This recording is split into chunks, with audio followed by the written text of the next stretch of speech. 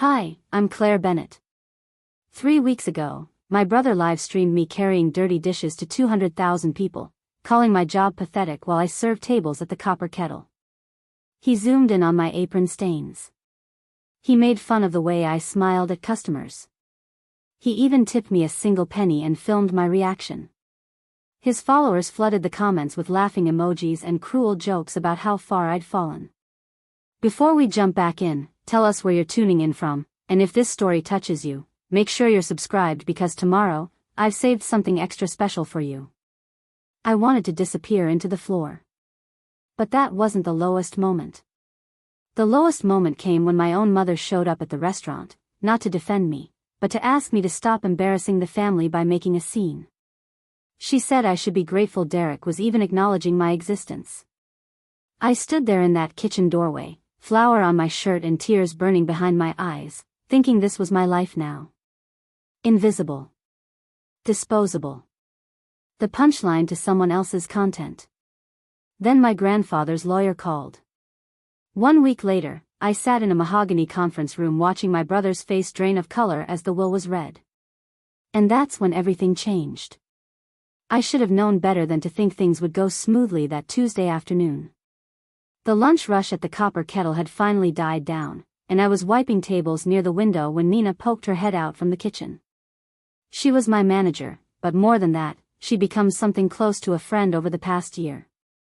She had this way of reading people that made you feel seen, even when you were trying to hide. "You good out here?" she asked, her dark eyes scanning the nearly empty dining room. I nodded, tossing the rag into my apron pocket. The usual chaos had settled into that peaceful lull between lunch and dinner service. Just a couple lingering over coffee in the corner booth and an older gentleman reading his newspaper by the bar. This was my favorite part of the day, when I could actually breathe and remember why I'd taken this job in the first place. Portland in late August was beautiful. The afternoon light came through our big front windows in golden streams, catching the copper accents throughout the restaurant that gave the place its name.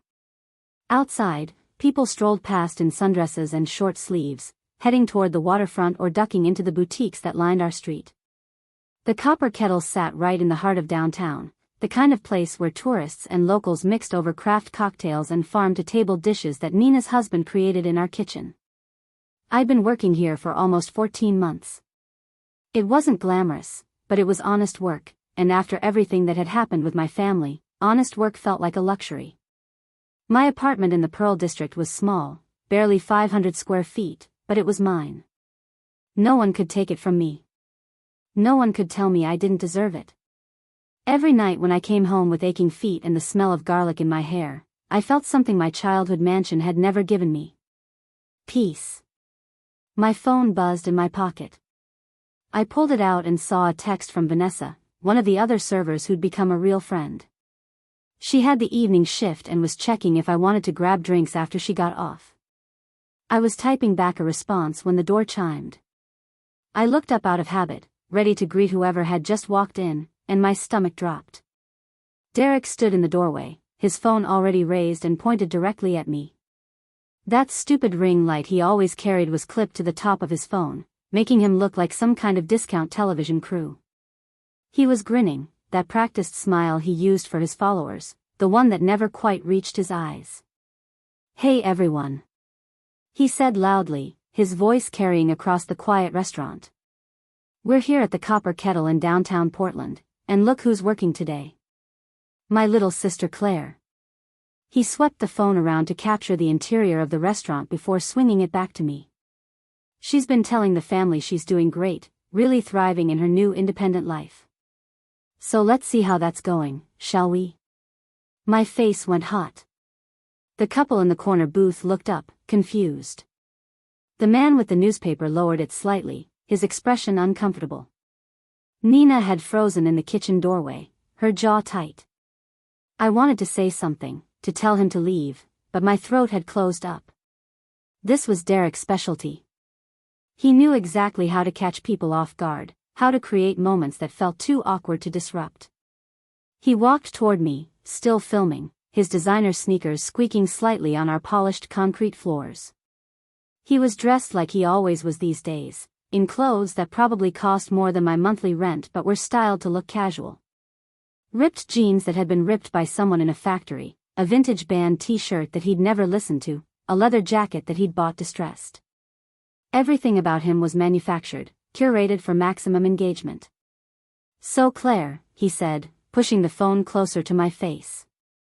"How's the waitress life treating you? Making those big tips?" He laughed, and I could see the comments already flying across his screen. He'd probably already gotten 100 notifications. His followers lived for this kind of content, the manufactured drama, the family tension played out for entertainment. I glanced at Nina. She was already moving toward us, her manager face on, but I shook my head slightly. The last thing I needed was to make this worse by causing a scene. Derek would love that. He'd film every second, edit it into a viral moment, paint me as the unstable one. I'd learned that lesson already. "Derek," I said quietly, keeping my voice level. "I'm working. You need to leave." He tilted his head, his expression mockingly sympathetic. "Working, right. That's what we're calling this." He panned the camera around again, making sure to capture my stained apron, the tray of dirty dishes I'd left on the server station, the slightly frazzled state of my hair. "You know, everyone back home asks about you. Mom, Dad, they always want to know how you're doing. And I tell them, well, Claire's really making something of herself. Really climbing that ladder." The sarcasm was so thick I could taste it. My hands were shaking. I clasped them together in front of me, trying to maintain some composure. Behind Derek, I saw Nina on the phone. She was probably calling the owner, or maybe even the police if Derek didn't leave soon. The older gentleman had set down his newspaper entirely now, watching with the kind of concern that made me feel even more exposed. "I'm doing fine," I managed to say. "And I need you to respect that I'm at work." Derek snorted. "Respect? That's rich." He turned the camera back to himself, addressing his audience directly. "You guys remember when Claire used to have that trust fund? When she was supposed to take over part of Grandpa Harold's business? Yeah, that was before she decided she knew better than everyone. Before she threw it all away to prove some kind of point." He made air quotes with his free hand. "Now she's serving other people their lunch. Inspiring stuff, right?" Something cracked inside me. Maybe it was the way he said my grandfather's name, so casual and dismissive, like Harold Bennett hadn't been the only person in our family who'd ever really seen me. Maybe it was the knowledge that hundreds of thousands of people were watching this, judging me, laughing at me. Or maybe it was just that I was tired. So incredibly tired of being the joke. "You don't know anything about why I left," I said, and my voice came out harder than I'd intended. Derek's eyebrows shot up. He loved this. This was the reaction he'd been fishing for. "Oh, we're getting spicy now." He turned the phone to capture my expression. "Come on, Claire. Share with the class. Why did you leave? Was it because you couldn't handle the pressure? Because you thought you were too good for the family business? Or was it because you've always been a little too sensitive for the real world?" Each question felt like a slap. My mother had asked me similar things 2 years ago when I'd told her I couldn't do it anymore, couldn't pretend to be part of a family that only valued me for what I could do for them. She'd called me ungrateful. My father had called me foolish. And Derek had started a whole series of social media posts about entitled millennials who didn't appreciate what they had. I'd become content for him even then. "I'm not doing this with you," I said, turning away. Derek followed me, the camera still rolling. "Come on, don't be like that. I'm just checking in on my little sister. Making sure she's okay. You look tired, by the way. Are they working you too hard here?" He reached out and plucked at my apron. "These stains really add to the ambience. Very authentic." That's when Nina stepped in. She moved between us with the kind of authority that came from years of dealing with difficult customers. "Sir," she said, her voice polite but inflexible. "I'm going to have to ask you to leave. You're disrupting our business and harassing my employee." Derek turned the camera to her. "Oh, we've got management involved now. This is great content." He grinned at his phone. "See, this is what happens when you try to support family. You get threatened with removal." Nina didn't flinch. "I'm not threatening you. I'm telling you.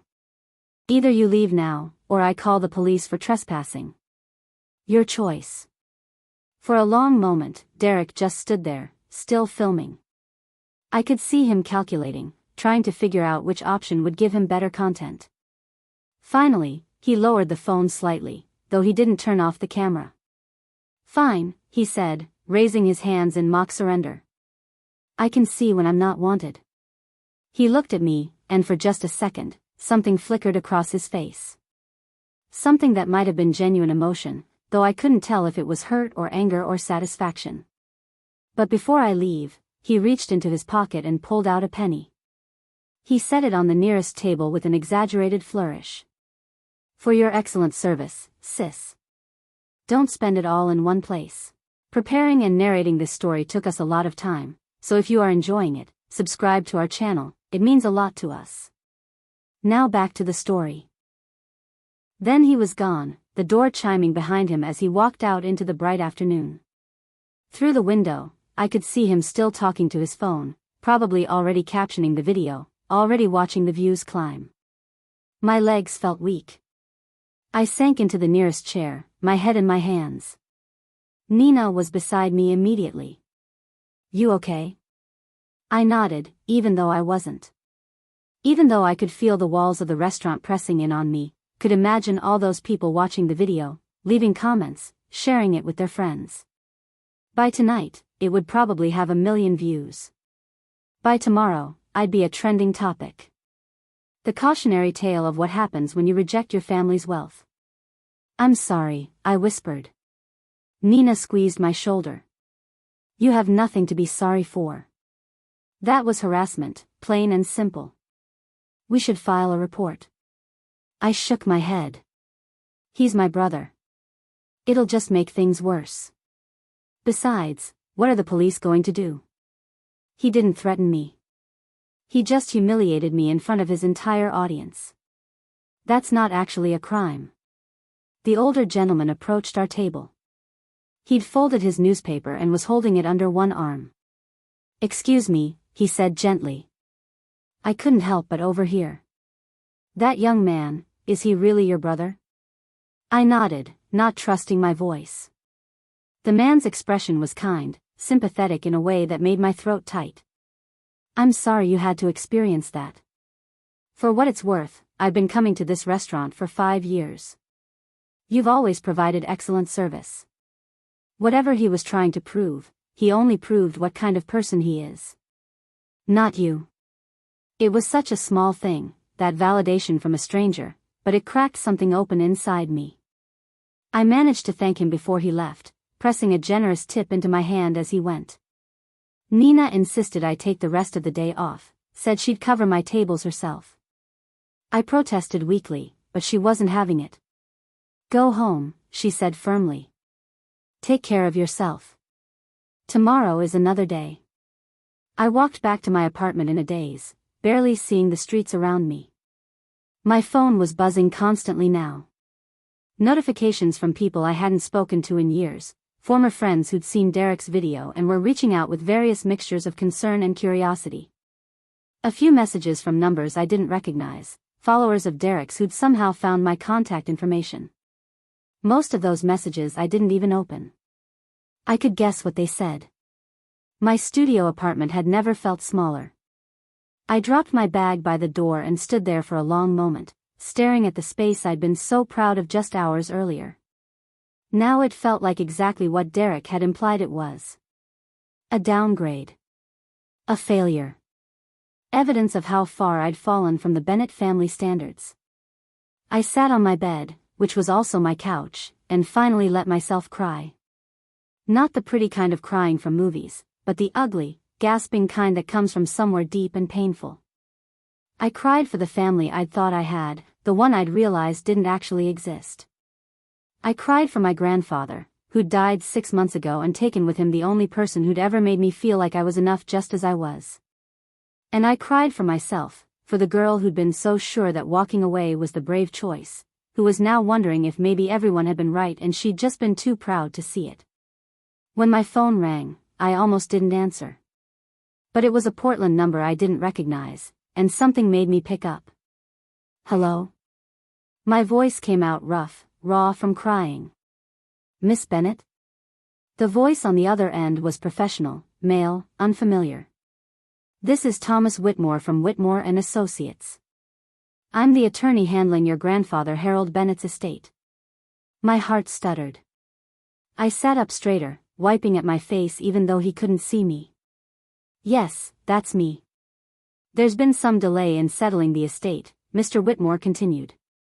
Some complications with the will that we needed to sort through. But we're ready now to proceed with the reading. I was hoping you could come to our offices next Tuesday at 2 in the afternoon.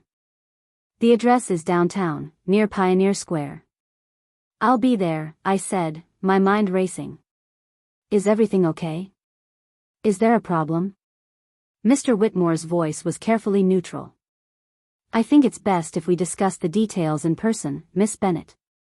I will say that your presence is essential. There are some provisions in your grandfather's will that specifically concern you. We'll need you there to proceed. After we hung up, I sat in the gathering darkness of my apartment, watching the last light fade from my single window. My grandfather's will. I hadn't even known if I'd be included. After I'd left the family, after all the arguments and accusations, I'd assumed I'd been ridden out of everything. That had been fine with me. I hadn't left for the money. I'd left because staying was killing me slowly, turning me into someone I didn't recognize. But now, with the reading scheduled, I felt something stirring in my chest. Not hope, exactly. More like curiosity. My grandfather had always been different from the rest of them. He'd built his restaurant empire from nothing, starting with a single diner in Northeast Portland back in the 70s. He'd worked every job there was, from dishwasher to cook to manager, before he'd saved enough to buy the place. Then he'd done it again, and again, until he owned 15 restaurants across Oregon and Washington. He'd never looked down on honest work. Never treated service industry jobs like they were beneath anyone. Some of my best memories were of him taking me to his restaurants when I was little, introducing me to his staff like they were family, showing me how every single role mattered. He'd made me feel like I could be anything. Like my worth wasn't determined by my last name or my trust fund balance. I thought about Derek's video, probably still racking up views. I thought about my mother asking me to stop embarrassing the family. I thought about that penny sitting on the table at the copper kettle. And then I thought about Tuesday, about walking into that lawyer's office, about whatever my grandfather had left for me in his will. Maybe it was nothing. Maybe it was a final message. Maybe it was something I couldn't even imagine yet. But for the first time since Derek had walked through that restaurant door, I felt something other than humiliation. I felt like maybe, just maybe, this story wasn't over yet. My grandfather had always believed in me, even when I didn't believe in myself. Even when the rest of the family had written me off as the disappointing daughter who'd thrown away her future. Whatever he'd put in that will, whatever he'd wanted to say to me, I owed it to him to show up and listen. I pulled out my laptop and opened a new message to Nina. I typed quickly, before I could second-guess myself. Thank you for today. For defending me. For being exactly who you are. I need Tuesday afternoon off, if that's possible. I have something I need to take care of. Something that might change everything. I hit send and closed the laptop. Outside my window, Portland's city lights were beginning to glow. Somewhere out there, Derek was probably celebrating his viral video, counting his new followers, planning his next piece of content. My parents were probably mortified that I'd made a scene, that Nina had threatened to call the police. They were probably calling each other right now, discussing what to do about their difficult daughter. Let them talk. Let them judge. Tuesday was coming, and something told me that when I walked out of that lawyer's office, nothing was going to be the same. The days between that phone call and Tuesday crawled by like honey dripping from a spoon. I went through the motions at work, smiling at customers, taking orders, clearing plates, but my mind was somewhere else entirely. Vanessa noticed first. She cornered me during a lull on Thursday evening, her arms crossed over her chest in that way that meant she wasn't letting me dodge the conversation. "You've been weird since Tuesday," she said bluntly. Vanessa had never been one for subtlety, which was one of the things I loved about her. "Want to talk about it?" I wiped down the bar, buying myself a moment to think. The video Derek posted had gotten worse, not better. It had over 3 million views now, and the comments section was a nightmare I couldn't stop reading even though every word felt like a knife. People I'd never met had opinions about my life, my choices, my worth as a human being. "My brother came in and filmed me," I said finally. "Made a whole thing about how pathetic my life is. Posted it online." Vanessa's expression darkened. "That douche with the ring light?" I wanted to kick him out myself, but Nina beat me to it. She paused, studying my face. "But that's not what's eating at you right now, is it?" Sometimes I forgot how well she could read people. Vanessa had been working at the Copper Kettle for 3 years, putting herself through community college while raising her younger sister after their parents passed away in a car accident. She understood complicated family dynamics in a way that made her impossible to lie to. "My grandfather's lawyer called," I admitted. "There's a will reading on Tuesday. I don't know what to expect. I haven't seen most of my family since I left 2 years ago." Vanessa leaned against the bar, processing this. "Your grandfather, he was the good one, right? The one you actually liked?" I nodded, feeling that familiar ache in my chest. Harold Bennett had been more than good. He'd been my refuge, my champion, the only person in my entire family who'd supported my decision to leave. When everyone else had called me ungrateful and foolish, he'd taken me to lunch at one of his restaurants and told me he was proud of me. That it took real courage to choose your own path, especially when everyone around you was trying to pave a different one. "He died 6 months ago," I said quietly. "Heart attack. Quick, at least. He didn't suffer." I paused, swallowing hard. I went to the funeral, but I stayed in the back. Didn't talk to anyone. My mother saw me and turned away like I was a stranger. My father pretended I wasn't there. And Derek took a selfie with the casket and posted it with some caption about legacy and family values. "That's messed up," Vanessa said, her voice gentle. "But also very on brand for what you've told me about them." She reached over and squeezed my hand. "Whatever happens Tuesday, you've got people here who've got your back. You know that, right?" I did know it, and that knowledge was the only thing keeping me steady. The family I'd found in Portland, the one I'd built from friendships and shared shifts and late-night conversations over cheap wine, they were more real than anything I'd left behind in that big house in Lakewood Heights. Friday brought a new complication. I was opening the restaurant, arriving at 6 in the morning to help prep for the breakfast service, when I found my mother waiting outside. She was dressed in one of her signature outfits, cream-colored slacks and a silk blouse that probably cost more than I made in a week, her hair perfectly styled despite the early hour. The sight of her standing there, so out of place against the industrial backdrop of our delivery entrance, made my stomach clench. "Claire," she said when she saw me. "We need to talk." I fumbled with my keys, my hands suddenly clumsy. "Mom, I'm working. I don't have time for this." She followed me as I unlocked the door and stepped into the dark restaurant. The smell of yesterday's cooking still lingered faintly in the air. I flipped on the lights, flooding the space with harsh fluorescent brightness. "This will only take a moment," she insisted, her heels clicking on the floor as she tracked me toward the kitchen. "I've been trying to reach you, but you haven't been answering my calls." I started pulling out prep containers, focusing on the familiar routine.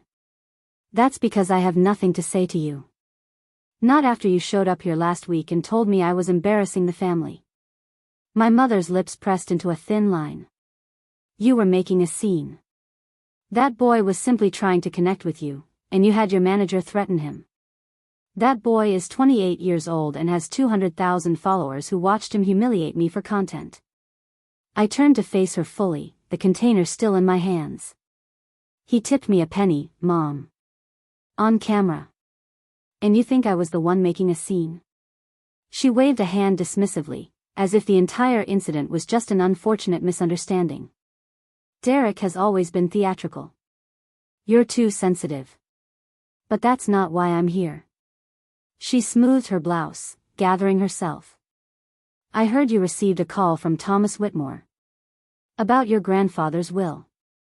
There it was. The real reason for this visit. Of course she knew about the lawyer's call. Of course she'd come to manage the situation, to try to control whatever was about to happen. My mother had spent her entire life orchestrating things, arranging people and circumstances like flowers in a vase, always positioning everything to look perfect from the outside. What about it? I asked, my voice flat. She took a breath, and I saw something flicker across her face. Worry, maybe. Or calculation. It was always hard to tell with her. Your grandfather was not in his right mind toward the end. The heart condition, the medications, they affected his judgment. Whatever is in that will, whatever he may have said or promised, you need to understand that it doesn't reflect the family's wishes or best interests. I set down the container with more force than necessary. Let me get this straight. You're here to tell me that if Grandpa Harold left me anything, I shouldn't accept it? My mother's eyes narrowed. I'm here to remind you that you walked away from this family. You made that choice very clear. You can't have it both ways, Claire. You can't reject everything we stand for and then come back with your hand out when there's money involved. The accusation stung, probably because some small, stupid part of me wondered if she was right. But then I remembered my grandfather's face the last time I'd seen him, 3 weeks before he died. I'd visited him at his house, bringing soup from the copper kettle that Nina had made special.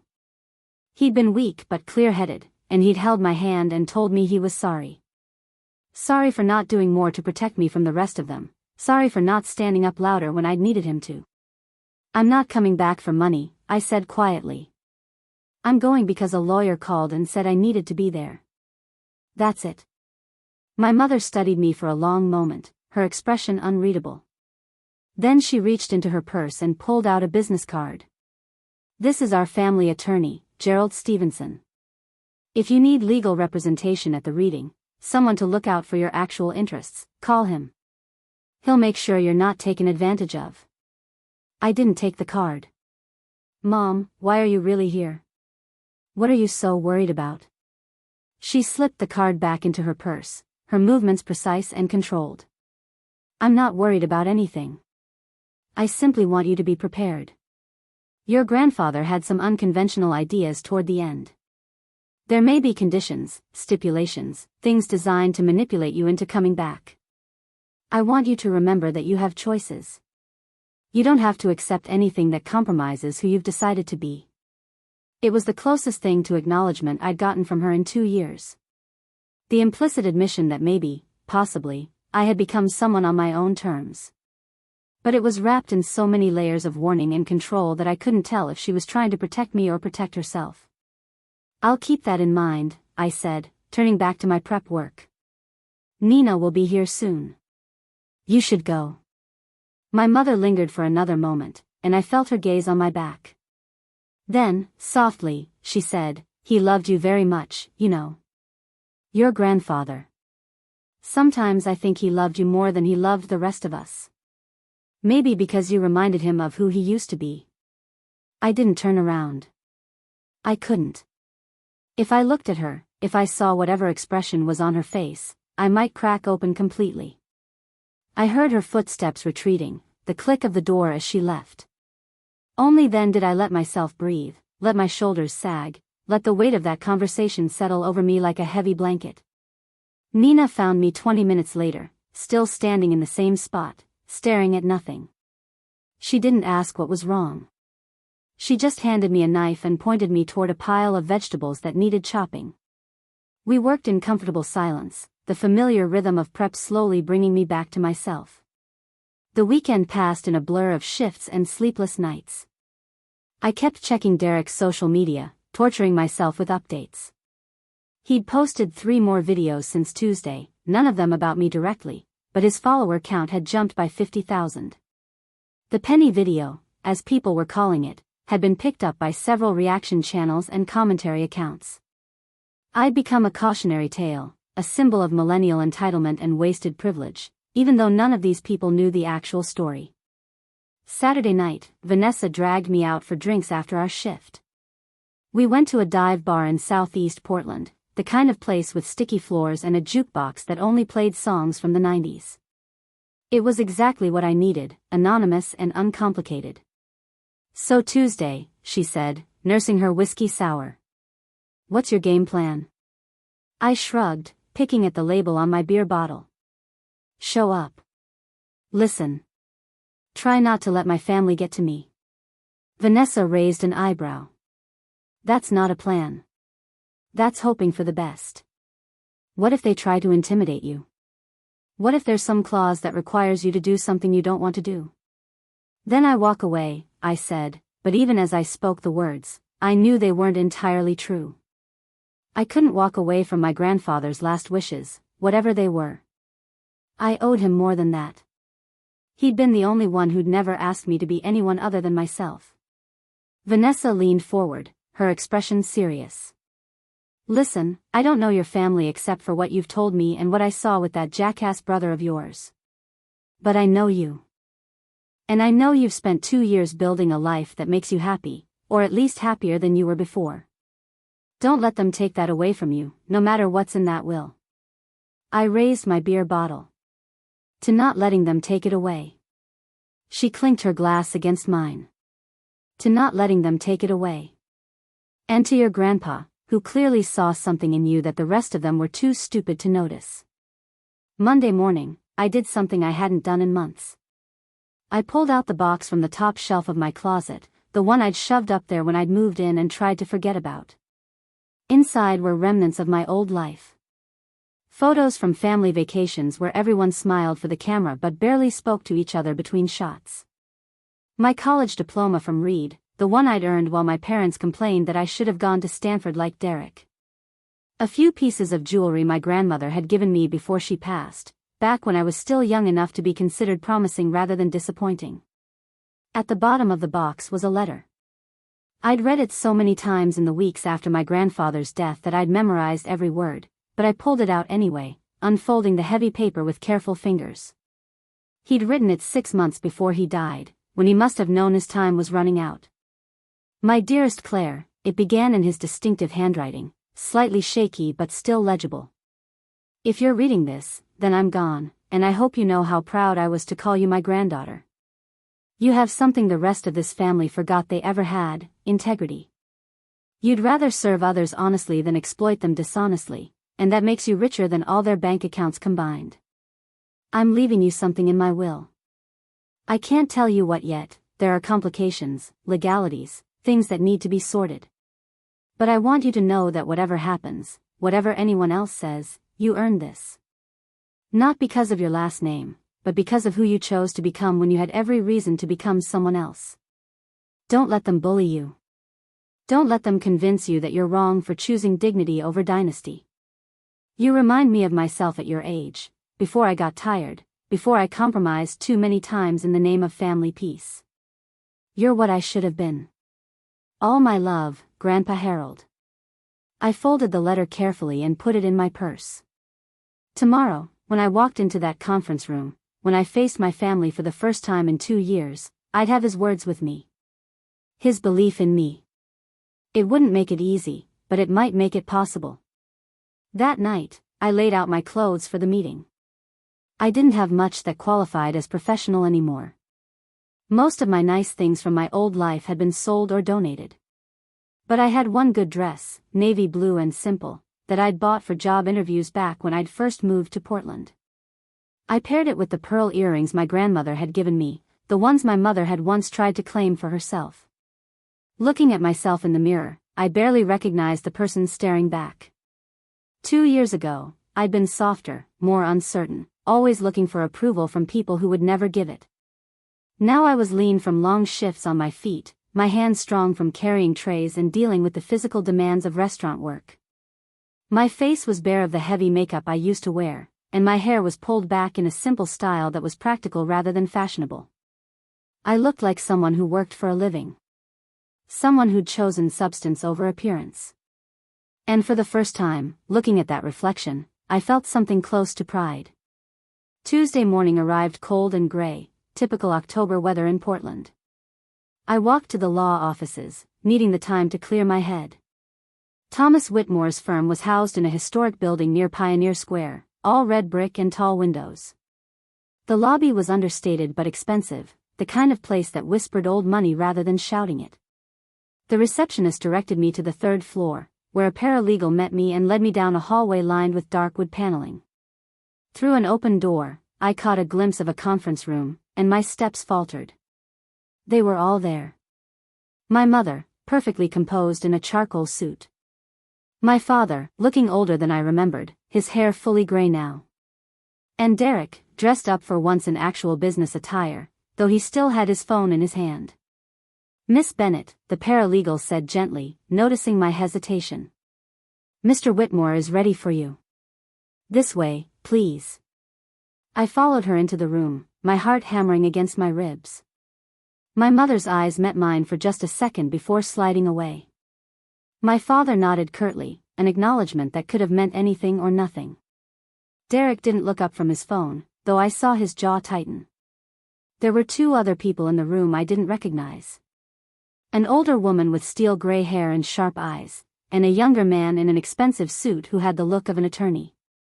Thomas Whitmore himself sat at the head of the table, a neat stack of documents in front of him. He was in his 60s, distinguished in that way that came from years of handling sensitive matters for wealthy families. "Thank you all for coming," he said, his voice carrying the weight of formality. "I know this hasn't been easy, especially given the family circumstances. But Harold Bennett was very specific about his wishes, and it's my duty to execute them exactly as he intended." He looked around the room, his gaze landing on each of us in turn. "Before we begin, I need to introduce two witnesses to this proceeding. This is Margaret Chen, who served as Mr. Bennett's personal accountant for 30 years, and James Morrison, his business attorney." The woman with gray hair nodded. The man in the expensive suit raised his hand slightly. I noticed my father shift uncomfortably in his seat. Whatever was coming, he clearly wasn't prepared for witnesses who knew the full scope of my grandfather's business dealings. Thomas Whitmore opened the folder in front of him and pulled out a thick document. "This is the last will and testament of Harold James Bennett, executed 8 months ago with sound mind and body, in the presence of these witnesses and myself." He cleared his throat and began to read. The first section dealt with personal effects, items distributed among various family members and longtime employees. My mother received his collection of first edition cookbooks. My father got his vintage car collection. Derek was left his watch collection, though I saw him frown when the monetary value was specified as being far less than he'd probably hoped. Various staff members at his restaurants received generous cash bequests and sentimental items. Then Thomas Whitmore turned the page, and the atmosphere in the room changed. I felt it like a physical shift, the way the air gets heavy before a storm. "To my granddaughter, Claire Elizabeth Bennett," he read, and my mother's back went rigid.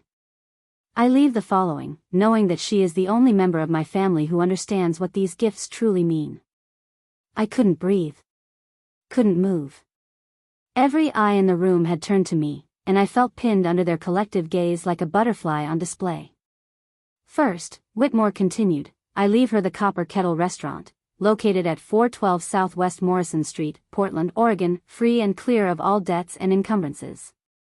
The property, the business, and all assets associated with it are hers to manage, develop, or sell as she sees fit." "Wait," my mother said sharply, breaking the formal atmosphere. "The Copper Kettle? That's impossible. Father promised that property to the family trust." Thomas Whitmore looked at her over his reading glasses. "Mrs. Bennett, I'll ask you to please hold your questions until I've finished reading the will. But to address your immediate concern, Harold Bennett owned the Copper Kettle personally. It was never part of the family trust, and he was free to bequeath it to whomever he chose." I felt dizzy. The Copper Kettle, the place where I'd worked for over a year, where I'd found purpose and friendship and a kind of peace I'd never known in my family's world, had been my grandfather's all along. And now it was mine. But Whitmore wasn't finished. In addition, he continued, I leave Claire my recipe collection, including all proprietary recipes developed during my 50 years in the restaurant industry.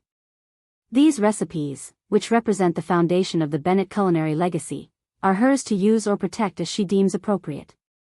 Furthermore, I establish for Claire a trust fund in the amount of $800,000, to be used for the expansion or improvement of the copper kettle, or for any other business purposes she deems fit. This trust is hers alone, with no conditions or oversight from other family members. My father made a sound somewhere between a cough and a protest. 800,000, he muttered. That's more than, he stopped himself, but everyone knew what he'd been about to say. More than he'd left anyone else. Finally, Whitmore said, and his voice took on a different quality, something softer and sadder, Harold Bennett included a letter to be read aloud at this proceeding. He specified that all family members must be present to hear it. He paused, looking around the room. I believe everyone is here, so I'll proceed. He pulled out another sheet of paper, this one in my grandfather's handwriting, and began to read. To my family, if you're hearing this, then I'm gone, and Claire is sitting in that room probably looking like she wants to disappear. Claire, sweetheart, don't. You deserve to be there more than anyone. The rest of you need to hear this, because I won't be around anymore to say it to your faces. I built my business from nothing. I washed dishes, I scrubbed floors, I worked 80-hour weeks for years before I could afford to buy my first restaurant. I did it because I loved the work, because I believed in creating something that mattered, something that brought people together over good food and honest service. Somewhere along the way, this family forgot that. You forgot that wealth is a responsibility, not a right. You forgot that people matter more than profit. You forgot that there's dignity in all honest work, whether you're serving food or running a company. Claire didn't forget. When she walked away from your expectations, your demands, your shallow values, she showed more courage than the rest of you combined. She chose to work at the copper kettle not because she had to, but because she wanted to understand what I'd always tried to teach you. That real success isn't about how much money you make or how many people know your name. It's about whether you can look at yourself in the mirror and respect what you see. I'm leaving her the copper kettle because she's the only one who will treat it with the respect it deserves. The only one who understands that those staff members, those recipes, that tradition of service, they mean something beyond their monetary value. Richard, Patricia, you raised a daughter who has more integrity in her little finger than you've shown in decades of social climbing and image management. Derek, you've turned family drama into entertainment and ambition into cruelty. You should all be ashamed. Claire, my dear, don't let them make you doubt yourself. Don't let them convince you that what I'm giving you is charity or pity. You've earned every bit of this through your choices, your character, your willingness to do hard work without complaint. The copper kettle is yours because I trust you to carry on what I started, to remember why it matters. Do whatever you want with it. Make it your own. Just remember that real legacy isn't about money or property. It's about the lives you touch and the example you set. I love you. Make me proud. Not because of what you achieve, but because of who you are. The room was absolutely silent when Thomas Whitmore finished reading. I couldn't see clearly, my vision blurred with tears I was trying desperately not to let fall. My grandfather's words, his final gift, hung in the air like something sacred and terrible all at once. My mother was the first to break the silence. Her voice came out tight and controlled, the way it always did when she was furious but trying to maintain appearances. This is absolutely unacceptable. She stood up, her chair scraping against the polished floor. Harold was clearly not in his right mind when he wrote this. The medications, the stress of his condition, anyone can see this will is the product of diminished capacity. Thomas Whitmore set down the letter with deliberate care. Mrs. Bennett, I can assure you that your father was thoroughly evaluated by 2 independent physicians before executing this will. Both certified his mental competence. Additionally, the witnesses present can attest to his clarity of mind and purpose. He gestured toward Margaret Chen and James Morrison. This will is ironclad. My father had remained seated, but his face had gone an alarming shade of red. Do you have any idea what you're doing to this family? He wasn't looking at the lawyer. He was looking at me, his eyes boring into mine with an intensity that made my skin crawl. Everything we've built, everything we've worked for, and he gives it to you. The one who walked away. The one who threw it all back in our faces. I didn't throw anything, I said quietly, finding my voice for the first time since the reading began. I just stopped pretending to be someone I wasn't. My father's laugh was bitter and sharp. Oh, spare us the noble sacrifice story. You couldn't handle the pressure, so you ran away and convinced yourself it was some kind of moral stance. And now you're being rewarded for it. He shook his head in disgust. Your grandfather was a sentimental fool at the end. Don't you dare, I said, my voice rising before I could stop it. Don't you dare talk about him like that. He built everything you've lived off of for your entire adult life. Every penny you've spent, every opportunity you've had, it came from his work. His actual work, not just managing the money he made. Derek finally looked up from his phone. Oh, this is rich. Little Claire, the martyr, getting defensive. Tell me, sis, how long have you known about this? How long have you been playing the poor struggling waitress while you knew you were getting a restaurant and almost $1 million?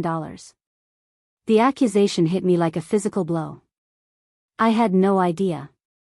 I looked at Thomas Whitmore, desperate for confirmation. I swear, I didn't know any of this. I didn't even know if I'd be in the will at all. She's telling the truth, Whitmore said firmly. Claire was informed only that her presence was required at the reading. She had no knowledge of the contents of the will. Unlike some people in this room, he added, his gaze sweeping past my parents, who had apparently been making inquiries and assumptions for months. My mother gathered her purse, her movements jerky and agitated. We're contesting this. Gerald Stevenson will file papers by the end of the week. She looked at me, and for a moment I saw something in her face that might have been hurt underneath the anger. You always were his favorite. Even when you were ungrateful, even when you turned your back on everything we taught you, he still chose you over the rest of us. Maybe that should tell you something, I said softly. Maybe it should make you wonder why. But my mother was already walking toward the door, her heels striking the floor like gunshots. My father followed, pausing only to lean down and say in a low voice meant just for me, you're going to regret this. You think you can run a business? You think you're capable of managing what your grandfather built? You'll run it into the ground within a year, and then you'll come crawling back. Then I guess you have nothing to worry about, I replied, meeting his eyes. You can watch it all fall apart from a distance. He straightened, his jaw working like he wanted to say more, but Derek was already at the door, holding it open. My brother gave me one last look, and this time there was no mockery in his expression. Just something cold and calculating that made me think this wasn't over. Not by a long shot. When the door closed behind them, the room felt like it had expanded, like I could finally breathe properly for the first time since I'd walked in. Margaret Chin, the accountant, came around the table and sat down beside me. Your grandfather talked about you constantly, she said, her voice gentle. In our meetings, during planning sessions, he'd always find a way to bring up something you'd said or done. He was so proud when you started working at the Copper Kettle. Said it proved everything he'd always believed about you. I wiped at my eyes, not caring anymore who saw me cry. I didn't know it was his. All this time, I'd been working there, and I had no idea. Margaret smiled. He wanted it that way. He said you needed to find your own path without any interference from the family. Without anyone telling you what to do or who to be.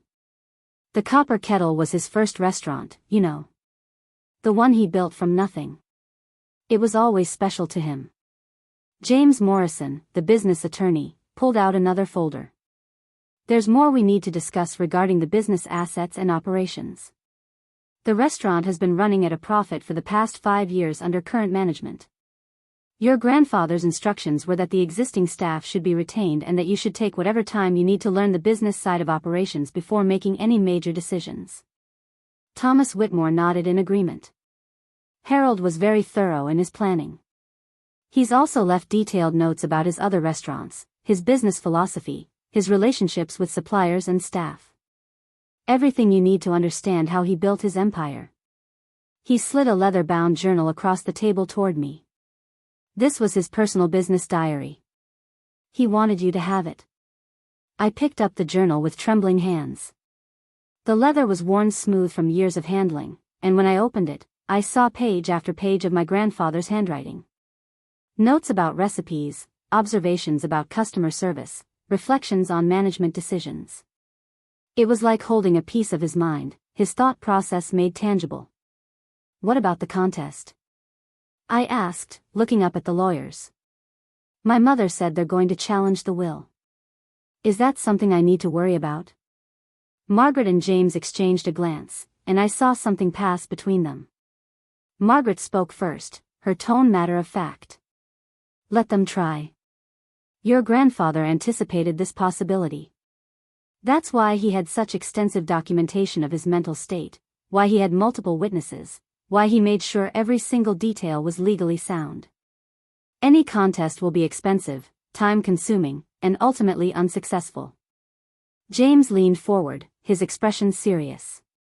However, I want to be clear about something. Your family is going to make this difficult for you. They're going to try to undermine your confidence, spread rumors about your capability, possibly even attempt to interfere with the restaurant's operations. Your grandfather was aware of these possibilities and made provisions to protect you legally. But emotionally, that's something you'll have to navigate on your own. I thought about Derek's calculating look, my father's threat, my mother's barely concealed fury. They weren't going to just accept this and move on. The will reading was just the beginning of whatever battle they were preparing to wage.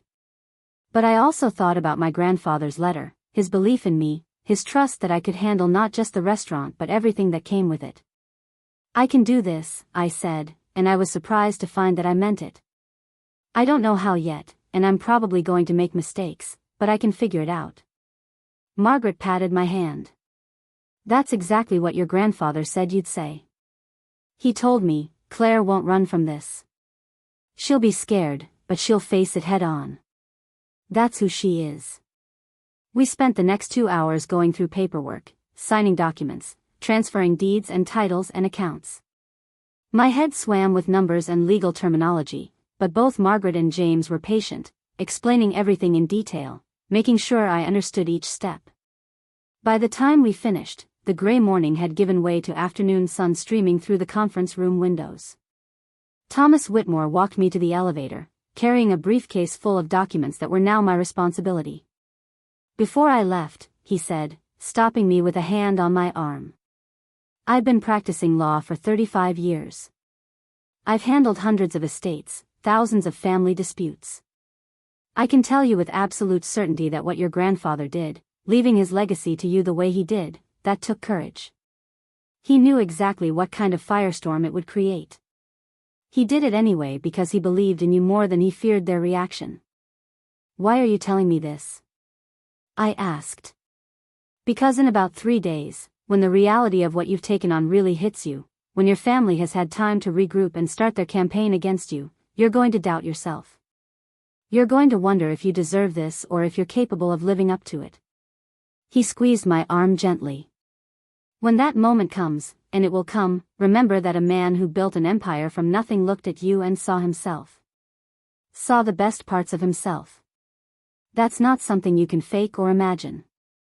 That's real. The elevator ride down felt surreal. I watched the numbers descending and thought about how much had changed in just a few hours. This morning I'd been Claire Bennett, waitress, struggling to make rent and trying to build a life independent from my family's money and expectations.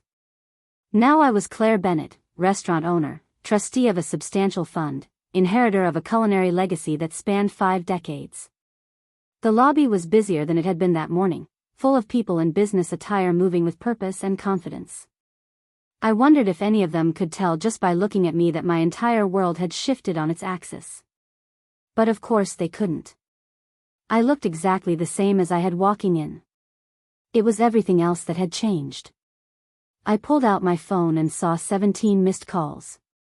3 from my mother, 5 from my father, 7 from Derek, and 2 from numbers I didn't recognize. There were text messages too, but I couldn't bring myself to read them yet.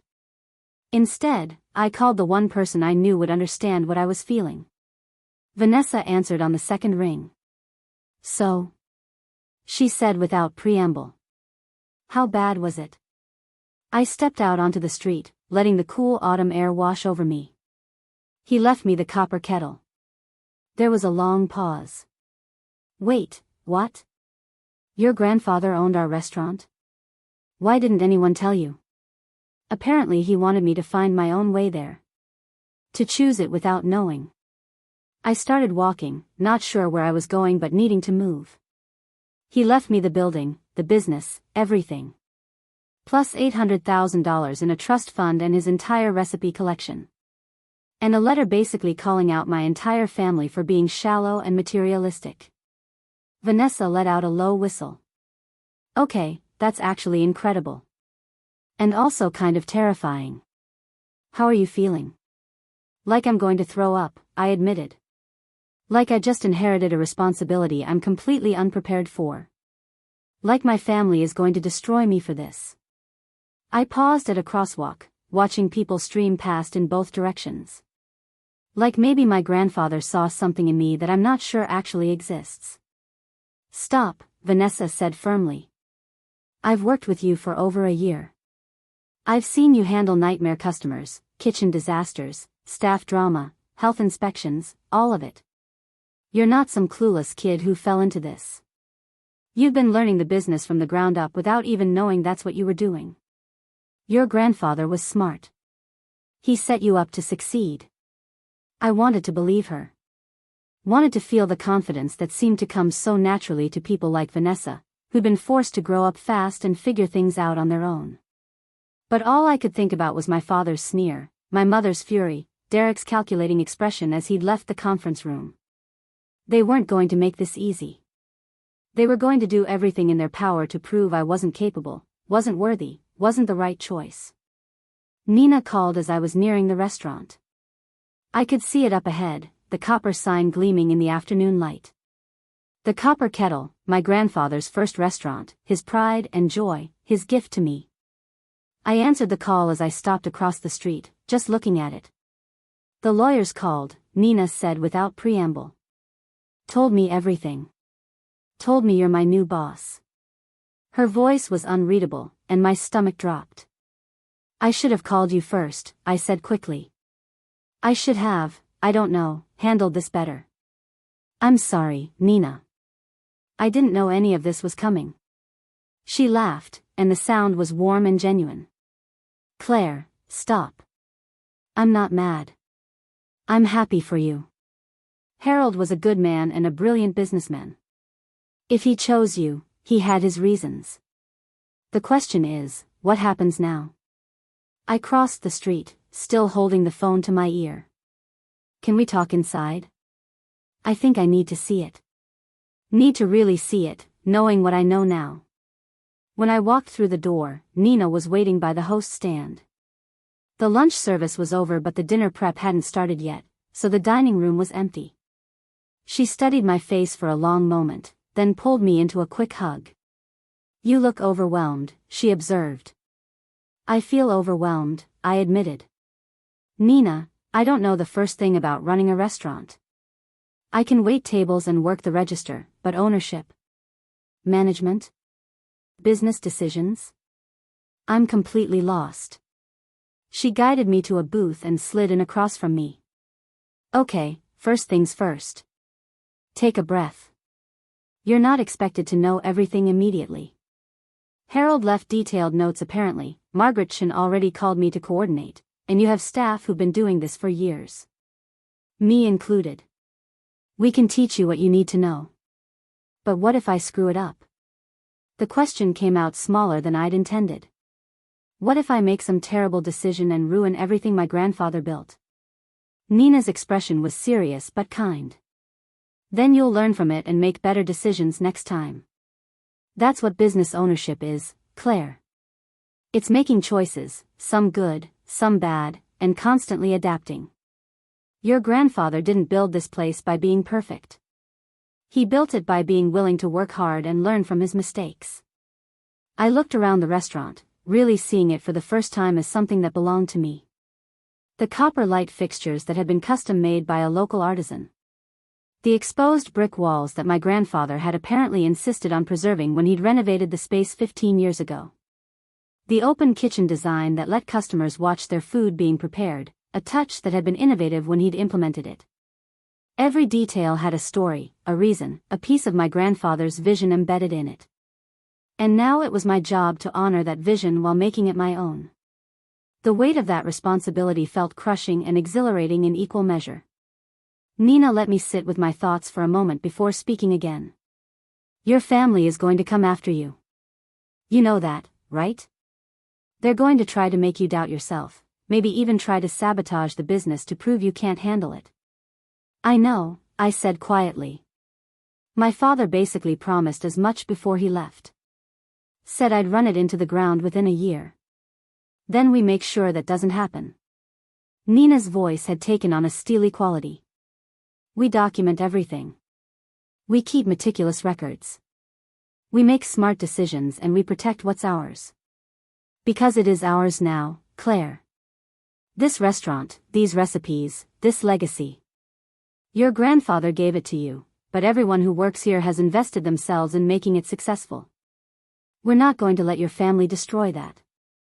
The door chimed and Vanessa walked in, still in her street clothes since her shift wasn't scheduled to start for another hour. She spotted us in the booth and headed over. I couldn't wait, she said, sliding in beside Nina. I need to hear everything. And also, we need to celebrate. Your dead grandfather just made you a restaurant owner. That's either incredibly awesome or incredibly terrifying. Both, I said with a weak laugh. Definitely both. Vanessa grinned. Well, lucky for you, you've got a whole team of people who know how to run this place and who actually like you, which is more than most new owners can say. She paused, her expression growing more serious. But real talk, what's your plan? Because your brother is already posting about the will reading. My stomach clenched. What's he saying? Vanessa pulled out her phone and pulled up Derek's social media. He'd posted a video, filmed in his car, his expression one of wounded disbelief. Just left the reading of my grandfather's will, he said to the camera. And I have to say, I'm shocked and disappointed by what I heard today. My grandfather, who built an incredible business empire through hard work and family values, decided to leave the majority of his legacy to someone who walked away from the family. Someone who rejected everything he stood for. He shook his head sadly. I love my sister, but this decision is going to hurt a lot of people. Employees, loyal family members, everyone who dedicated themselves to building what he created. I can only hope that in time, she'll see reason and do what's right. The comments were already flooding in. Thousands of them, most sympathetic to Derek, painting me as the ungrateful sister who'd swooped in to steal an inheritance I didn't deserve. A few defended me, pointing out that if my grandfather had wanted Derek to have the business, he would have left it to him. But those voices were drowned out by the tide of support for my brother's narrative. He's already controlling the story, Nina observed. Making himself the victim and you the villain. Classic manipulation tactic. I felt sick. 3 million people had watched him humiliate me at the restaurant. Now probably even more would watch him paint this picture of me as a thief, stealing from my own family. He wasn't just attacking me anymore. He was attacking my grandfather's decision, questioning his judgment, turning public opinion against me before I'd even had a chance to process what had happened. I need to respond, I said, but even as I spoke, I knew it was the wrong move. Anything I said would just fuel the fire, give him more content to twist and use against me. My phone buzzed with another call from my mother. Then another text from a number I didn't recognize, this one calling me names I won't repeat. No, Vanessa said firmly. You don't respond to him. You don't engage. That's what he wants, more drama for content. Instead, you do exactly what you've been doing. You work. You learn the business. You prove through your actions that your grandfather made the right choice. Nina nodded in agreement. She's right. Derek can say whatever he wants online. But at the end of the day, you're the one with the restaurant. You're the one with the recipes and the trust fund and the legacy. He's just making videos. Let your success be the response. But what if people start boycotting the restaurant because of what he's saying? The thought had just occurred to me, and it made my blood run cold. What if his followers decide to leave bad reviews or spread rumors or, I don't know, actively try to hurt the business? Then we deal with it, Nina said calmly. But I don't think it'll come to that. Derek's followers are mostly interested in entertainment and drama. They're not going to organize some kind of campaign against a small Portland restaurant. And the people who actually eat here, our regular customers, they know us. They know the quality of our food and our service. They're not going to be swayed by some influencer's family drama. I wanted to believe her. Wanted to trust that everything would work out, that my grandfather's faith in me hadn't been misplaced. But sitting in that booth, looking at the restaurant that was now my responsibility, watching the notifications continue to pile up on my phone, I felt more uncertain than I'd ever felt in my life. The door chimed again, and this time an older couple walked in, regulars I recognized from my shifts. They spotted me and smiled, waving as they took their usual table by the window. Nina stood up to greet them, falling easily into her role as manager and host. Vanessa squeezed my shoulder before heading to the back to change into her work clothes. And I sat there alone in the booth, my grandfather's journal in the briefcase beside me, his letter folded in my purse, his legacy weighing on my shoulders like an anchor and a crown all at once. Tomorrow I'd have to figure out what came next. Tomorrow I'd have to start learning about profit margins and supplier contracts and health codes and all the million details that went into running a successful restaurant. Tomorrow I'd have to face whatever new attacks my family had planned, whatever fresh humiliation Derek was cooking up for his followers, whatever legal challenges my parents were preparing to throw at me. But today, right now, I just needed to sit with the enormity of what had happened. My grandfather had looked at me, at all his options, at everything he'd built over 50 years of hard work and sacrifice, and he'd chosen me. Not because I was perfect or prepared or even particularly capable. But because he'd seen something in me worth betting on. I pulled out his letter and read it again, letting his words sink deeper this time. Real legacy isn't about money or property. It's about the lives you touch and the example you set. Outside, the afternoon was fading toward evening. Soon the dinner rush would start, and I'd need to decide whether to work my scheduled shift or take the night to process everything that had happened. But for now, in this quiet moment, I let myself feel something I hadn't felt in years. I felt chosen. Protected. Believed in. My grandfather's final gift wasn't really the restaurant or the money or even the recipes. It was his unwavering faith that I was strong enough, capable enough, worthy enough to carry on what he'd started. And maybe, just maybe, he'd been right all along. The first week of ownership felt like drinking from a fire hose while someone kept turning up the pressure. Margaret Chin arrived Wednesday morning with 3 bankers' boxes full of financial records, supplier contacts, and operational documents that my grandfather had meticulously organized. She set up camp in the small office above the restaurant, spreading papers across every available surface. Your grandfather ran a tight ship, she explained, pointing to spreadsheets that tracked everything from food costs to employee retention rates. He believed in knowing every detail of the business. Not to micromanage, but to understand where problems might develop before they became crises. She handed me a leather folder. This is the current financial picture. Monthly revenue, operating expenses, profit margins, everything you need to understand the health of the business. I opened the folder and felt my head swim. Numbers jumped out at me, percentages and projections and terms I only half understood. The restaurant was profitable, that much was clear, but the complexity of maintaining that profitability was staggering. Food costs fluctuated with seasons and availability. Labor expenses had to be balanced against customer volume. Marketing budgets needed constant adjustment. Every decision created a ripple effect that touched a dozen other areas. Margaret must have seen the panic in my expression because she sat down beside me, her voice patient. We're going to take this slowly. You don't need to master everything today. Right now, I just need you to understand the basics so you can make informed decisions. The deep dive into financial management can come later, once you're comfortable with day-to-day operations. We spent 6 hours going through the essentials. How to read a profit and loss statement. What the key performance indicators meant. Where the business was strong and where it needed attention. Margaret had been my grandfather's accountant for 3 decades, and she had stories about every line item, every financial decision, every risk he'd taken or avoided. When Harold opened this place, she told me during a coffee break, he had exactly $12,000 in savings and a loan from a bank that thought he was crazy.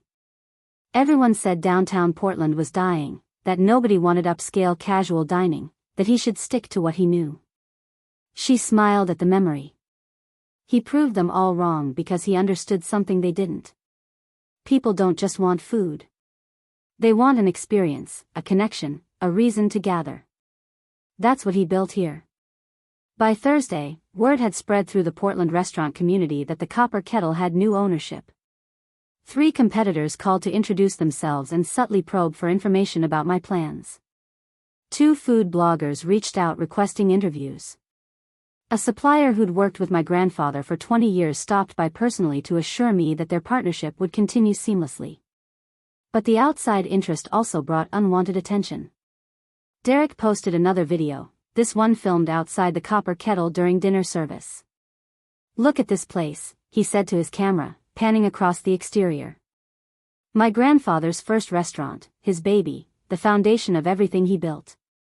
And now it's in the hands of someone who has no business experience, no culinary training, no real understanding of what it takes to run an operation like this. A couple walking past stopped to watch him film, curious about what was happening. Derek played it up, turning on the charm. "You guys ever eaten here?" The couple nodded.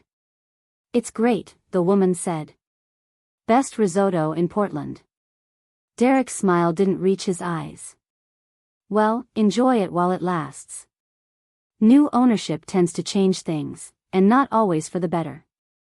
I hope my sister doesn't run this place into the ground, but statistics show that most restaurants fail within the first year under new management." Nina showed me the video during the dinner rush, her tablet propped on the bar where we could both see it. "He's standing on the sidewalk trying to tank your business," she said, her voice tight with anger. "We need to do something about this." But what could I do? Confront him and give him more content? Call the police for standing on a public sidewalk? Any reaction would just feed into his narrative that I was unstable, unable to handle criticism, proving his point that I wasn't capable of running the business. Instead, I focused on what I could control.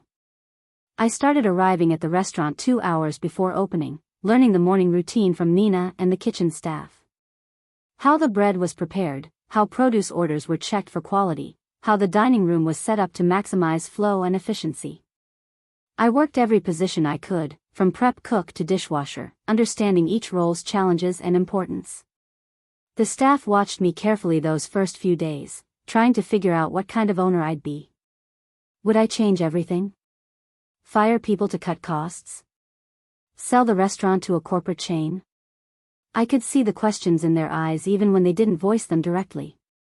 So I called a staff meeting Friday afternoon, gathering everyone in the dining room before dinner service. "I know this transition has been unsettling," I started, looking around at the 15 people who kept the Copper Kettle running. "I know you're wondering what's going to change and whether your jobs are safe. So I want to be direct with you. My grandfather left me this restaurant because he believed I understood what it meant to him. What it should mean. And the most important thing he taught me was that a restaurant is its people." I pulled out the journal Margaret had given me and opened it to a page I'd marked. My grandfather wrote this 20 years ago. He said, "I've learned that the secret to a successful restaurant isn't the location or the menu or even the ambience, though those things matter. The secret is treating your staff like the professionals they are, paying them fairly, respecting their expertise, and creating an environment where they want to come to work. Do that, and everything else follows." The head chef, a man named Carlos who'd been with my grandfather for 15 years, spoke up. "So you're not planning to clean house?" Bring in your own people? I shook my head firmly. The opposite. You're all the reason this place works. I'd be an idiot to mess with that. What I want to do is learn from you. Understand what you need to do your jobs better. And make this restaurant even more successful than it already is. I could see some of the tension drain from the room. Vanessa, who'd been standing near the back, caught my eye and gave me a small nod of approval. But I wasn't finished. I also want you to know that my family is probably going to try to cause problems. My brother has already posted videos trying to undermine confidence in the restaurant. My parents might spread rumors or try to interfere with our operations. If anyone approaches you, asking questions about me or the business or trying to get you to say negative things, please come to me directly. One of the servers, a college student named Tyler, raised his hand hesitantly. Is it true they're contesting the will? That they might be able to take the restaurant back? Margaret, who joined us for the meeting, answered before I could. They can try, but they won't succeed. The will is legally sound, and Claire is the rightful owner. Whatever noise her family makes, it's just that. Noise.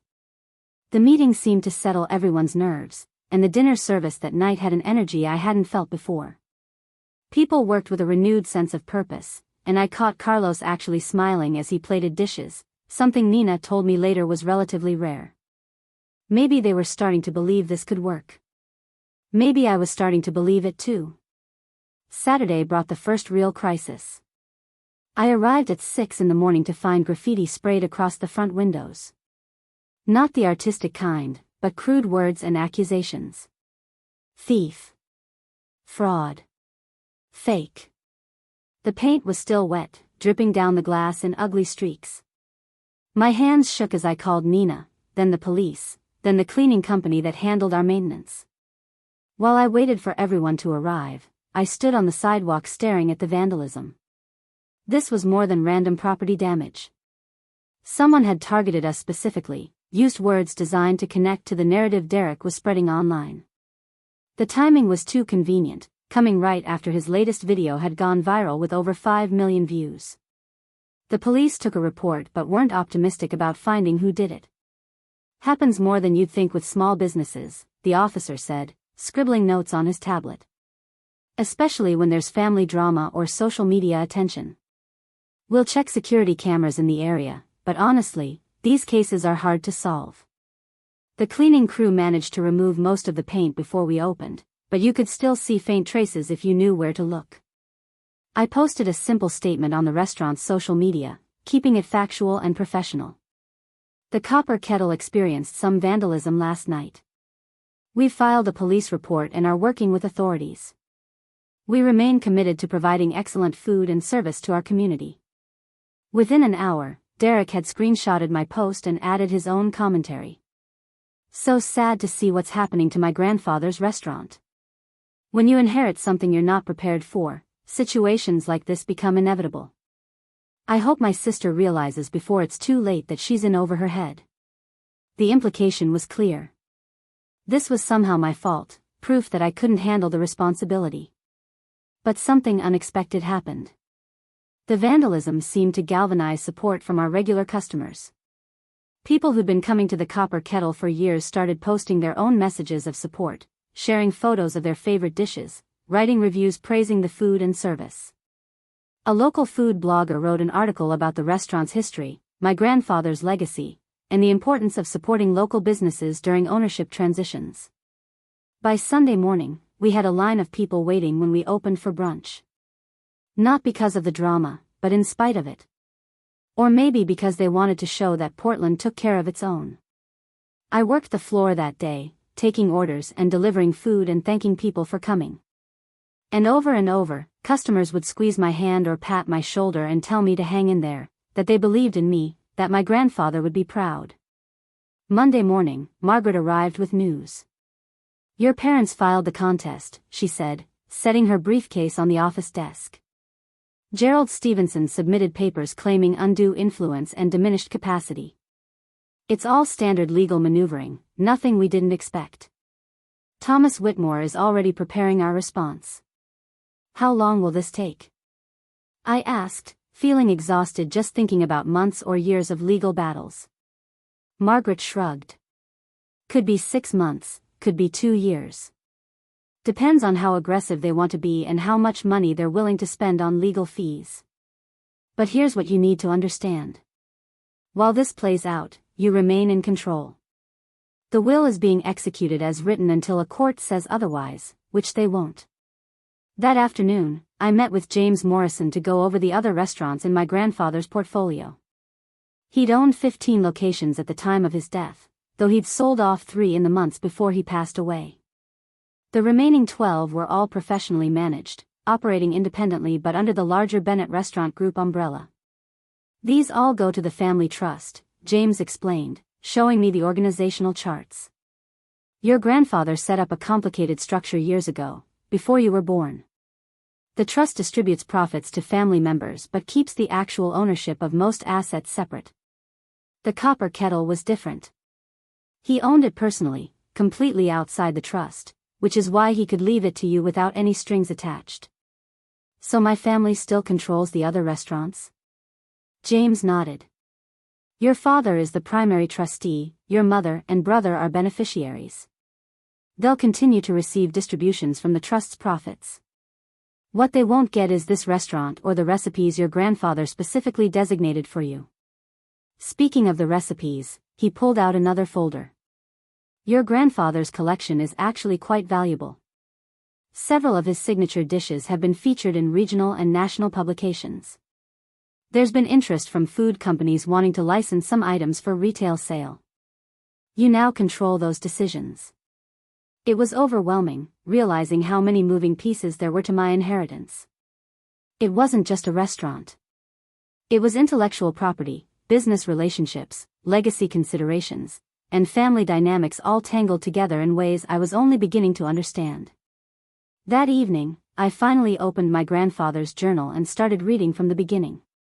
His first entry was dated 1974, when he'd bought the copper kettle. Today I became a restaurant owner, he'd written in his precise handwriting. Paid $32,000 for a failing diner that most people said wasn't worth half that. But I see what it could be. Location is perfect, bones are good, and I've got ideas that Portland hasn't seen before. He documented everything. His decision to focus on fresh, local ingredients before farm to table was trendy. His choice to create an open kitchen so customers could see their food being prepared. His struggles with difficult suppliers, demanding landlords, cash flow problems that nearly broke him 3 times in the first year. But he'd also recorded his victories. The first time a customer told him the meal had made their day. The night they had a 2-hour wait and had to turn people away. The moment he'd paid off his initial loan and owned the restaurant free and clear. Reading his words, I felt connected to him in a way I hadn't even when he was alive. This journal wasn't just business notes. It was his heart, his philosophy, his understanding of what really mattered.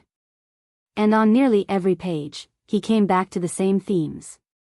Respect your staff. Honor your ingredients. Create experiences, not just meals.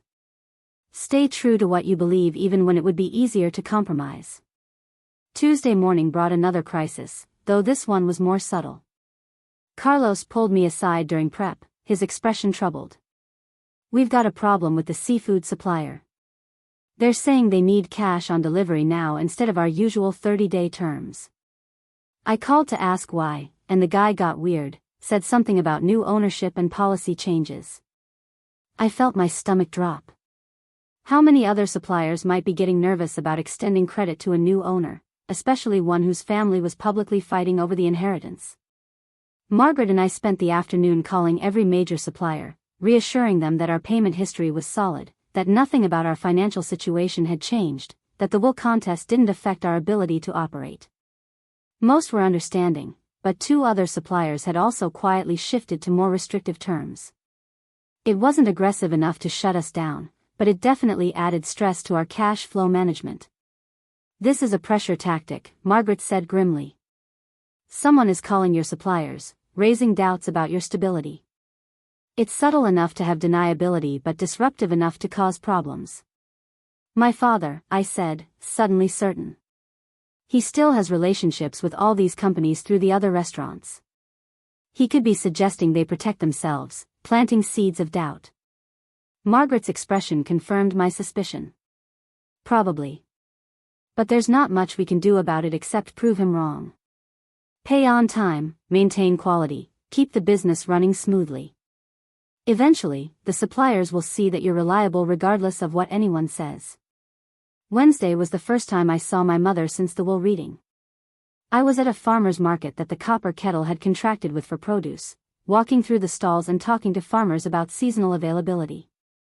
I turned a corner and there she was, examining heirloom tomatoes at a vendor's booth. She looked up and our eyes met across the crowded market. For a moment, neither of us moved. Then she set down the tomato she'd been holding and walked over. Her expression was carefully neutral, giving nothing away. "We should talk," she said quietly. "Somewhere private." Against my better judgment, I followed her to a coffee shop on the edge of the market. We sat at a table in the back corner, 2 cups of coffee neither of us touched between us. "You're making this harder than it needs to be," she started, her voice low but intense. "If you just agree to sell the restaurant back to the family, we could end all of this. The legal contest, the publicity, the tension. You'd walk away with a fair price and your dignity intact. The restaurant stays in the family where it belongs, and everyone moves on." I studied her face, looking for any hint of genuine concern or affection. But all I saw was calculation, the same expression she'd worn my entire childhood whenever she was maneuvering to get what she wanted. "It doesn't belong to the family," I said carefully. "It belongs to me. Grandpa Harold made that choice deliberately. He wanted me to have it." My mother's jaw tightened. He was sick and confused. He'd just lost his wife, was dealing with his heart condition, probably wasn't thinking clearly. That restaurant represents his life's work, Claire. His legacy. And you're treating it like some kind of prize you won. I leaned forward, keeping my voice steady despite the anger building in my chest. "I'm treating it exactly how he wanted me to. With respect, with care, with an understanding of what it really means. Not as an asset to be managed from a distance or a line item on a balance sheet. As a living business that matters to the people who work there and the community it serves." She shook her head, frustration finally showing through her controlled exterior. "You always were so idealistic. So convinced that your way was morally superior. But idealism doesn't pay the bills, Claire. It doesn't maintain a business through tough times. It doesn't protect you when things go wrong." I stood up, done with this conversation. Grandpa Harold built an empire on idealism and hard work. I think I'll trust his example over your cynicism. Take care, Mom. I walked out before she could respond, my heart pounding but my head clear. Every interaction with my family just reinforced why I'd left in the first place. They saw the world as something to be controlled and exploited, not something to be part of. My grandfather had remembered what it meant to build something real, and he'd chosen to trust me with that understanding. I wasn't going to let them corrupt it or take it away. Thursday brought unexpected good news. A producer from a local television show called, asking if they could feature the Copper Kettle in an episode about historic Portland restaurants. Normally we'd have jumped at the exposure, Nina said, bringing me the message. But given everything happening with your family, I wanted to check with you first. Make sure you're comfortable being in the spotlight right now. I thought about it for a moment. Derek would definitely use it as more content, probably criticize everything from my on-camera presence to the way I described the food. But running from publicity felt like letting him win, like accepting his narrative that I had something to hide or be ashamed of. Let's do it, I decided. Grandpa Harold built this place to share great food with people. That doesn't change because my family can't accept his choices. The filming was scheduled for the following week, which gave me just enough time to thoroughly panic about being on camera. But it also gave me something to focus on besides legal battles and family drama. Something positive and forward-looking that celebrated what the Copper Kettle was rather than dwelling on the controversy surrounding its inheritance. Friday afternoon, I was going through vendor contracts in the office when Vanessa knocked on the door frame. "You've got a visitor," she said, her expression unreadable. "He says he's a friend of your grandfather's." An older man stood in the dining room, probably in his 70s, wearing a well-worn flannel shirt and jeans. He had the weathered look of someone who'd spent their life working with their hands, and when he saw me, his face broke into a warm smile. "You must be Claire," he said, extending his hand. "I'm Frank Moretti. I used to supply your grandfather with produce back when he first opened this place. Heard about the inheritance and wanted to stop by, see how you were holding up." We talked for over an hour, Frank sharing stories about the early days of the copper kettle. How my grandfather used to meet him at the farmer's market at 5 in the morning to hand-select vegetables. How he'd experiment with recipes, sometimes successfully and sometimes disastrously, but always with passion and dedication. How he'd treated every staff member, supplier, and customer with genuine respect and interest. "Your grandfather once told me," Frank said as he was preparing to leave, "that the thing he was most proud of wasn't the restaurants or the money or the success. It was that he'd stayed true to himself through all of it. Never compromised his values for convenience.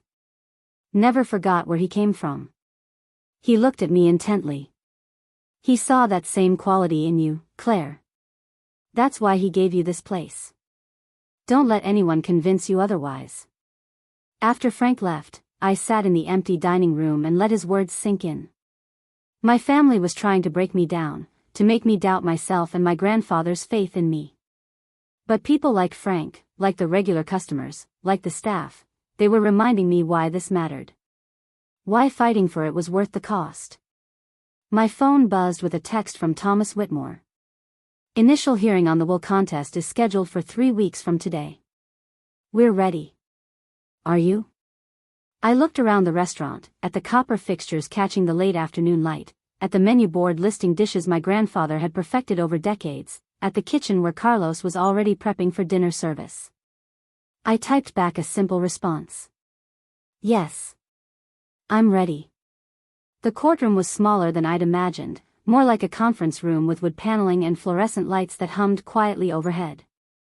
My family sat on one side with Gerald Stevenson and 2 junior attorneys. I sat on the other with Thomas Whitmore, Margaret Chen, and James Morrison. The judge, a woman in her 60s named Patricia Greenwald, reviewed documents while we waited in tense silence. My mother wouldn't look at me. My father stared straight ahead, his expression carved from stone. But Derek kept glancing over, and I could see his phone partially hidden under the table. Still creating content, even here. Still turning every moment into something he could monetize. Gerald Stevenson presented his case first, arguing that my grandfather had been under emotional distress after losing his wife, that his heart medication could have affected his judgment, that the will represented a departure from decades of estate planning that had always centered on family unity. He made it sound reasonable, almost caring, like they were protecting my grandfather's true wishes from a moment of weakness. Then Thomas Whitmore stood up. He didn't raise his voice or use dramatic gestures. He simply presented fact after fact. Medical evaluations from 2 independent physicians confirming my grandfather's mental competence. Testimony from Margaret Chen about detailed conversations regarding his intentions. Records showing he'd been planning this distribution for over a year, revising and refining it, making sure every detail was legally sound. But the moment that changed everything came when Whitmore played a video. "Your Honor," my grandfather's voice filled the courtroom from speakers. "I'm recording this to make my intentions absolutely clear. I am of sound mind and body. I know exactly what I'm doing and why. My granddaughter Claire has shown me something I'd almost forgotten. That integrity matters more than image. That honest work has dignity regardless of status. That family means supporting each other, not controlling each other. I'm leaving her the copper kettle because she earned it. Not through birthright or obligation, but through her choices and character. The rest of my family has forgotten what built our success. They've become managers of wealth rather than creators of value. Claire remembers. Or maybe she never forgot. Either way, she deserves this legacy because she'll honor what it truly represents." The video was dated 6 months before his death. My grandfather looked frail but his voice was strong, his eyes clear. There was no confusion, no hesitation. Just absolute certainty about what he wanted and why. When it finished, Judge Greenwald looked at Gerald Stevenson. "Do you have any evidence that contradicts what we've just seen and heard?" Stevenson tried to argue that the video itself proved nothing, that emotional distress could still have influenced the decision even if my grandfather appeared lucid. But Judge Greenwald cut him off. "I've reviewed all the medical records, the testimonies, and the timeline of estate planning. I find no evidence of diminished capacity or undue influence. The will stands as written. This contest is dismissed." My mother made a sound like she'd been struck. My father's face went red. Derek actually stood up, his phone now openly recording. "This is ridiculous," he said loudly. "You can't just ignore decades of family planning because of one video." The judge's gaze snapped to him. "Young man, I can and I have. And if you don't put that phone away and sit down immediately, I'll hold you in contempt." Derek sat, but the damage was done.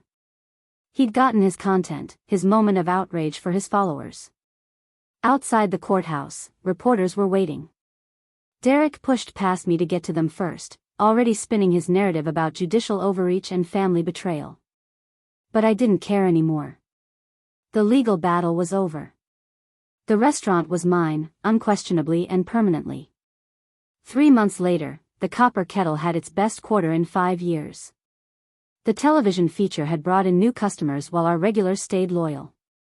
We'd expanded the menu using some of my grandfather's archived recipes, each one tested and refined by Carlos until it met his exacting standards.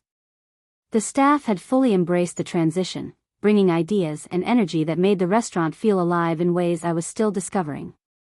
Derek's followers had mostly moved on to other drama.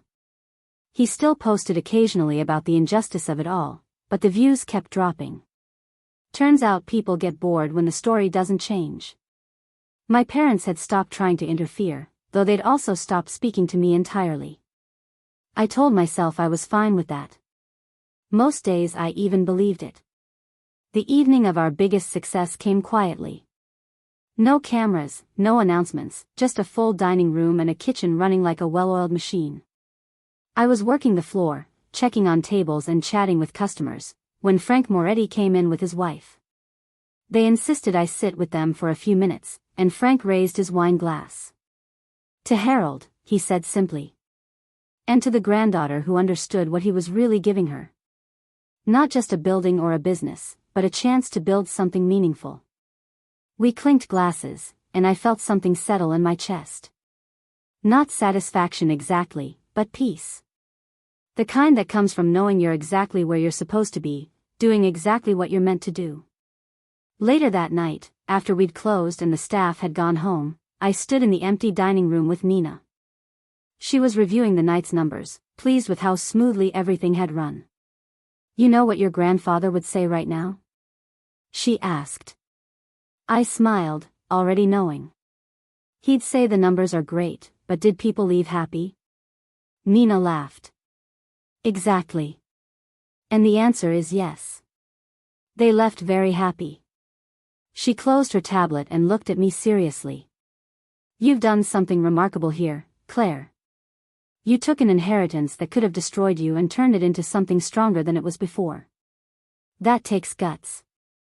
I thought about everything that had led to this moment.